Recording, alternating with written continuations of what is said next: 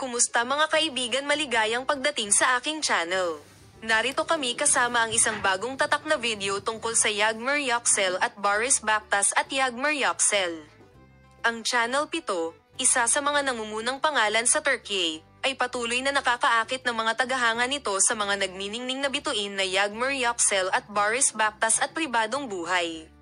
Ang mapagmahal na relasyon ng mag-asawa na ginawa sa social media na kapanapanabik at nakamamanghang pagbabahagi ay muli sa agenda. Ang artista na si Yagmur Yoksel ay gumawa ng isang nakakainis na kapayapaan sa taimtim na pagbabahagi sa kanyang mga pagkakaiba habang naghahanda para sa kanyang bagong proyekto. Ang ulan ay tumataas na naiinggit na Boris Bakhtas na ginawa mismo na mas malinaw sa mga reaksyon ng player sa kanilang mga pagbabahagi. Si Boris Optes, na nagpasya na maghiwalay para kay Yagmur Yoksel, ay nasa agenda kasama ang kanyang mga pahayag tungkol sa hinaharap. Ang katotohanan na si Yagmur Yoksel ay hindi tumugon sa pag-ibig na ito ngayon ay nagdulot ng haka-haka na magbahagi ng mga matalik na imahe sa kanyang kapareha.